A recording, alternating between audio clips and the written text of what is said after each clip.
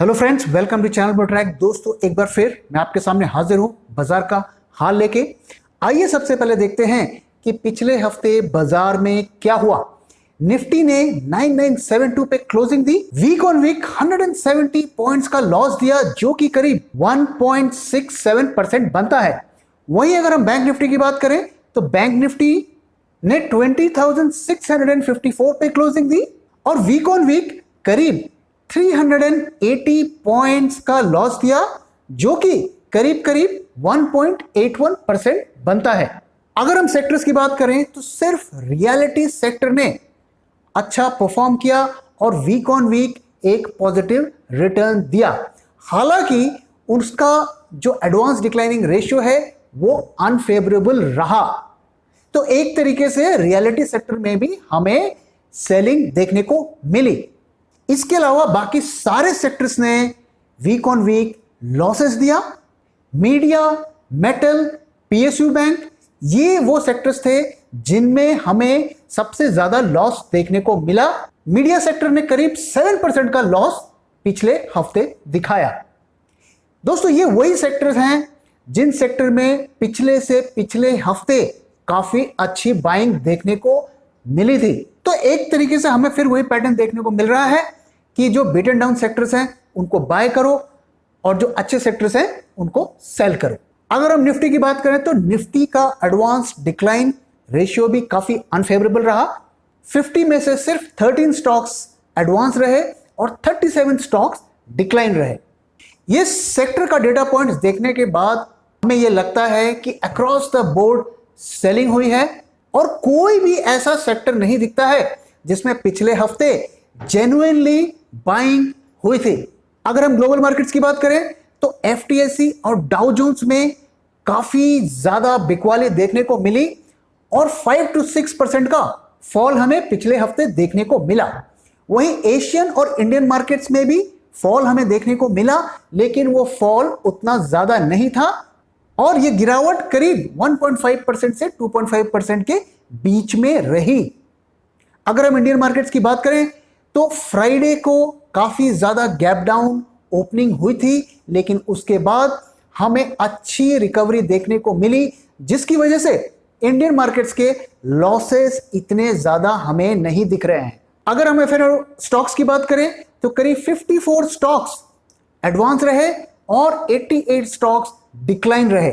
तो यहां पर भी हमें एक तरीके का सेलिंग के साइंस दिख रहे हैं। अगर हम टर्नओवर की बात करें तो 10th और 11th का दिन अगर छोड़ दें, जहां पे हमें एवरेज के आसपास वॉल्यूम देखने को मिला, उसके अलावा बाकी दिनों में एवरेज से ज्यादा का टर्नओवर हमें देखने को मिला है। तो एक तरीके से ये डेटा हमें ये बता रहा है अच्छी क्वांटिटी में बाजार में सेलिंग हो रही है। अगर हम एफआईएस डेटा की बात करें तो पिछले हफ्ते वो करीब 700 करोड़ की नेट बाइंग उन्होंने की। वहीं डीआईआईज ने पिछले हफ्ते करीब 200 करोड़ की बाइंग की है। अगर हम पिछले 3 दिनों की बात करें तो एफआईआईज ने करीब 825 करोड़ की सेलिंग की है। वहीं डीआईआईज ने करीब 2100 करोड़ की बाइंग की है। ओवरऑल अगर हम पूरे हफ्ते का डेटा देखें तो एफआईआईज प्लस डीआईआईज ने करीब 900 करोड़ की नेट बाइंग की है। उसके बावजूद भी निफ्टी और बैंक निफ्टी दोनों इंडाइसेस नीचे की तरफ रहे। तो इसका कंक्लूजन ये है कि जो भी वो बाइंग कर रहे हैं वो अक्रॉस द बोर्ड नहीं कर रहे हैं, स्ट्रेटेजिक बाइंग कर रहे हैं कुछ चुनिंदा सेक्टरों में या सेक्टर्स को रोटेट कर रहे हैं। एक और चीज पे गौर करिए जिसके बारे में मैं आपसे हमेशा आपको याद दिलाता रहता हूं। अगर आप एफआईआई डीआईआई का डेटा देखेंगे तो जिस दिन एक बायर होता है दूसरा सेलर बनता है, अगर एक सेलर बनता है तो दूसरा बायर बनता है। तो एक तरीके का अभी भी यहां पे नूरा कुश्ती चल रहा है और इसकी वजह से बाजार में काफी वॉलेटिलिटी बढ़ गई है। अगर आप पैटर्न पिछले कुछ दिनों का ध्यान से देख रहे हैं तो क्या हो रहा है, सबसे पहले एफआईआई सेलिंग शुरू करता है, बाजार नीचे गिरता है और फिर चूंकि नीचे गिरता है लोगों के चार्ट इंडिकेटर्स सेल का साइन देते हैं, तो ट्रेडर्स वहां पे अपनी शॉर्ट पोजीशंस बनाते हैं। जैसे ही शॉर्ट पोजीशंस बनाते हैं म्यूचुअल फंड उन्हें खरीदना शुरू कर देते हैं और उनके स्टॉप लॉस हिट होते हैं, बाजार फिर ऊपर जाता है। जैसे ही ऊपर जाता है एफआईआईज फिर सेल करते हैं, फिर नीचे आता है, फिर म्यूचुअल फंड बाय करते हैं। तो ये पैटर्न चल रहा है जिसकी वजह से रिटेल के दोनों तरफ के स्टॉप लॉस हिट हो रहे हैं। आइए वीकली गेनर्स और लूजर्स की बात कर लेते हैं। अगर हम गेनर्स की बात करें तो ज्यादातर फाइनेंशियल और बैंक के स्टॉक्स ही पिछले हफ्ते नेट गेनर्स रहे। आरबीएल बैंक और इंडसइंड बैंक टॉप गेनर्स रहे। आरबीएल बैंक में करीब 33% का वीक ऑन वीक गेन हमें देखने को मिला, वहीं इंडसइंड बैंक में हमें करीब 25% का गेन देखने को मिला। वहीं अगर लूजर्स की बात करें तो जो स्टॉक्स पिछले हफ्ते टॉप परफॉर्मर्स रहे थे वो पिछले हफ्ते लूजर्स बन गए। जी, पीवीआर, इंडिगो, एक्साइड ये टॉप लूजर्स रहे और इन्होंने 10 to 20% का लॉस हमें दिखाया। आइए पिछले हफ्ते की अब टॉप न्यूज के बारे में बात कर लेते हैं। सबसे पहले हम बात करते हैं इंडिया चाइना के कॉन्फ्लिक्ट की। दोस्तों, कॉन्फ्लिक्ट अभी भी बना हुआ है। ऐसी खबरें आई कि चाइना ने करीब 60 स्क्वायर किलोमीटर ऑक्यूपाई कर लिया है। मिलिट्री और डिप्लोमेटिक चैनल्स के थ्रू डिस्कशंस चल रहे हैं, लेकिन अगर हम खबरों की माने तो ये फैक्ट है कि चाइनीज ट्रूप्स इंडियन टेरिटरी के अंदर घुसे हुए हैं। दूसरी तरफ नेपाल के साथ भी ऐसी खबरें आ रही हैं कि वहां पर भी बॉर्डर में सिचुएशन टेंस हो गई है और छोटा मोटा कुछ डिस्प्यूट की खबरें आई। और देखिए, इतने सारे कॉन्फ्लिक्ट चाइना के साथ चल रहे हैं और कि गवर्नमेंट ऑफ इंडिया के ऑफिशियल अकाउंट टिकटॉक पर खुल गया है। ये किस तरीके की डिप्लोमेसी हो रही है, मेरी समझ से बाहर है। दोस्तों, एक और आपसे अपना थॉट शेयर करता हूं। जब चाइना के साथ कॉन्फ्लिक्ट होता है तो अक्सर हमसे कहा जाता है कि बॉयकॉट चाइना प्रोडक्ट्स। लोग मेड इन चाइना आईफोन से ट्वीट करते हैं कि बॉयकॉट चाइनीज प्रोडक्ट्स। तो मेरा प्रश्न ये है कि अगर हमारे नेपाल के साथ टेंशन हो जाए तो क्या हम उस कंपनी के प्रोडक्ट को बॉयकॉट करेंगे जिस कंपनी का एक पार्टनर नेपलिस सिटीजन है? तो दोस्तों, आप इस बारे में क्या सोचते हैं? अपने विचार हमसे शेयर करिए। अगर हम कोरोना वायरस की बात करें तो सिचुएशन बद से बदतर होती जा रही है। पिछले हफ्ते हमने 72,000 न्यू केसेस ऐड किए और अब हमारी रैंकिंग नंबर 4 पे आ गई है। और जो हमारे केसेस के डबल होने का रेट है वो 17 डेज है, मतलब हर 17 दिन में हमारे केसेस डबल हो रहे हैं, जबकि जो ग्लोबल एवरेज है वो 36 है। यानी बाकी दुनिया जितने दिनों में अपने केसेस डबल कर रही है, हम उससे आधे दिनों में अपने केसेस डबल कर रहे हैं।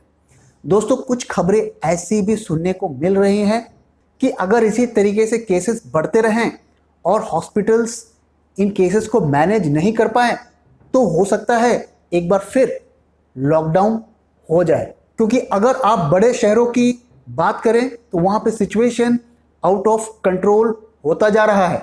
तो अपना ख्याल रखें और सावधान रहें। एक और जो डेवलपमेंट चल रही है वो लोन मॉरेटोरियम से रिलेटेड है। दोस्तों, जैसा कि आपको पता होगा कि आरबीआई ने जितने भी लोन्स हैं उन पे एक तरीके का मॉरेटोरियम लगा दिया है। यानी कि आप अपनी ईएमआई को डेफर कर सकते हैं। कुछ महीनों तक आपको ईएमआई को पे करने की जरूरत नहीं है। लेकिन इसमें एक कैच है कि आपकी ईएमआई माफ नहीं हो रही है, आपकी ईएमआई पर इंटरेस्ट माफ नहीं हो रहा है, आपके इंटरेस्ट पे इंटरेस्ट माफ नहीं हो रहा है, वो सारा कुछ एक्यूमुलेट हो रहा है। तो सुप्रीम कोर्ट में एक अर्जी फाइल की गई और ये कहा गया कि जो इंटरेस्ट पे इंटरेस्ट है इसको माफ कर देना चाहिए। और बैंकों ने इस पर अपना ये रिस्पॉन्स दिया कि चूंकि वो सेविंग्स बैंक में इंटरेस्ट दे रहे हैं इसलिए वो इंटरेस्ट को माफ नहीं कर सकते। तो ये सुप्रीम कोर्ट में ये केस अभी चल रहा है, इसकी सुनवाई होनी बाकी है। बैंक इंटरेस्ट माफ नहीं करना चाहते क्योंकि इसकी वजह से उनको काफी ज्यादा नुकसान हो सकता है। एक अनुमान के मुताबिक अगर इंटरेस्ट को माफ कर दिया गया तो बैंक्स को करीब 2 लाख करोड़ का लॉस हो सकता है। और ये उनके नेटवर्थ का करीब 15% बनता है। तो अगर ये रूलिंग आती है, जिसकी पॉसिबिलिटी मेरे हिसाब से बहुत कम है, इंटरेस्ट माफ नहीं होगा, लेकिन अगर ये रूलिंग आती है तो आप ये मान के चलिए कि जो छोटे बैंक हैं वो बहुत मुश्किल में पड़ जाएंगे। DCB Bank, Federal Bank, Ujjivan Bank, इन तरीके के जो बैंक्स हैं इन पर काफी प्रेशर आ जाएगा। अब इस केस का एक दूसरा आउटकम भी हो सकता है, ये प्योर स्पेकुलेशन है, मैं सिर्फ स्पेकुलेशन के बेसिस पर आपको बोल रहा हूं कि एक पॉसिबिलिटी मुझे ऐसी भी दिखती है कि शायद आपके सेविंग्स और एफडी के इंटरेस्ट को कम कर दिया जाए, तब शायद बैंक लोन्स पे इंटरेस्ट को माफ करने की बात को मान ले। अगेन ये सिर्फ स्पेकुलेशन है, एक पॉसिबिलिटी की मैं जिक्र कर रहा हूं। मुझे दोनों में से कोई भी पॉसिबिलिटी सच होती नहीं दिख रही है। दोस्तों आइए अब जरा एफएनओ डेटा की बात कर लेते हैं। सबसे पहले ऑप्शंस मार्केट का डेटा देखते हैं। अगर हम पीसीआर पे गौर करें तो सभी पीसीआर अक्रॉस द बोर्ड हमें बुलिश पिक्चर दिखा रहे हैं। 11 जून के दिन पीसीआर में एक हमें डिप देखने को मिला, लेकिन ऐसा लगता है कि उस डिप को भी खरीदा गया। जून के सीरीज में बुलिश सेंटीमेंट में काफी फॉल हमें देखने को मिल रहा है। पिछले हफ्ते तक जिस तरह से जून का पीसीआर काफी स्ट्रांगली बुलिश दिख रहा था, अब उसमें बुलिश सेंटीमेंट में काफी फॉल देखने को मिल रहा है। अगर हम फ्यूचर्स मार्केट की बात करें तो फ्यूचर्स मार्केट में निफ्टी में करीब 3.7 लाख कॉन्ट्रैक्ट्स का ओपन इंटरेस्ट एडिशन हुआ है पिछले हफ्ते।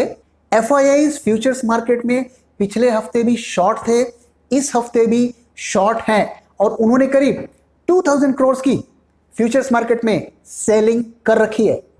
लगभग इतनी ही सेलिंग मई के महीने में एफआईआईज ने फ्यूचर मार्केट में की थी और हमने देखा कि मई में भी करीब 500 पॉइंट्स का फॉल निफ्टी में हमें देखने को मिला और ऐसा लगता है कि उन्होंने उन शॉर्ट पोजीशंस को जून में भी कैरी फॉरवर्ड या रोल ओवर किया है। अब एक म्यूचुअल फंड से रिलेटेड आपसे डेटा शेयर करता हूं।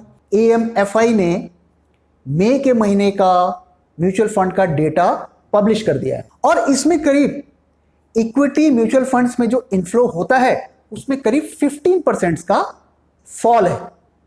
यानी कि लोग इक्विटी इन्वेस्टमेंट तो कर रहे हैं, लेकिन उन्होंने मई में जितना किया था उससे 15% अब कम कर रहे हैं। और ये एक स्वाभाविक सी बात है, क्योंकि एक इकोनॉमिक सिचुएशन में बहुत एक रोजी पिक्चर नहीं दिख रही है, लोग अपने जॉब्स से सिक्योर नहीं फील कर रहे हैं, जीडीपी का प्रोजेक्शन भी कुछ खास नहीं दिख रहा है, तो लोग में थोड़ी सी घबराहट है।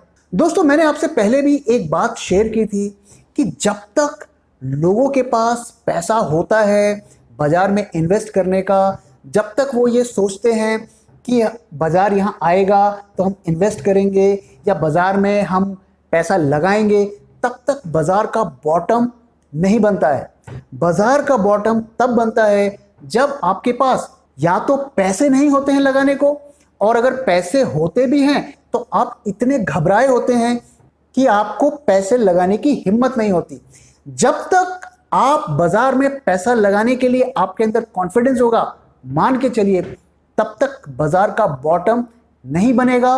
बाजार में रैलीज होती रहेंगी, वो आपको सक करती रहेंगी, आपका पैसा लेती रहेंगी, और जब तक वैसी स्टेज नहीं आएगी कि लोगों के पास पैसा लगाने को नहीं होगा, तब तक बाजार का बॉटम नहीं बनेगा। तो धीरे धीरे हमें यह ट्रेंड देखने को मिलेगा, लोग अपनी सिप बंद करते रहेंगे। आइए बात करते हैं कि अगले हफ्ते बाजार की क्या पॉसिबिलिटी हो सकती है। आइए सबसे पहले हम निफ्टी का डेली चार्ट देखते हैं। अगर आप चार्ट का पैटर्न देखें तो यहां पे एक अपवर्ड स्लोपिंग पैटर्न बन रहा है। वैसे तो ये पैटर्न एक बुलिश पैटर्न होता है, लेकिन इस पैटर्न में दो प्रॉब्लम्स हैं। पहली ये कि इस चैनल का जो विड्थ है वो थोड़ा ज्यादा है, करीब इसकी हाफ विड्थ होनी चाहिए।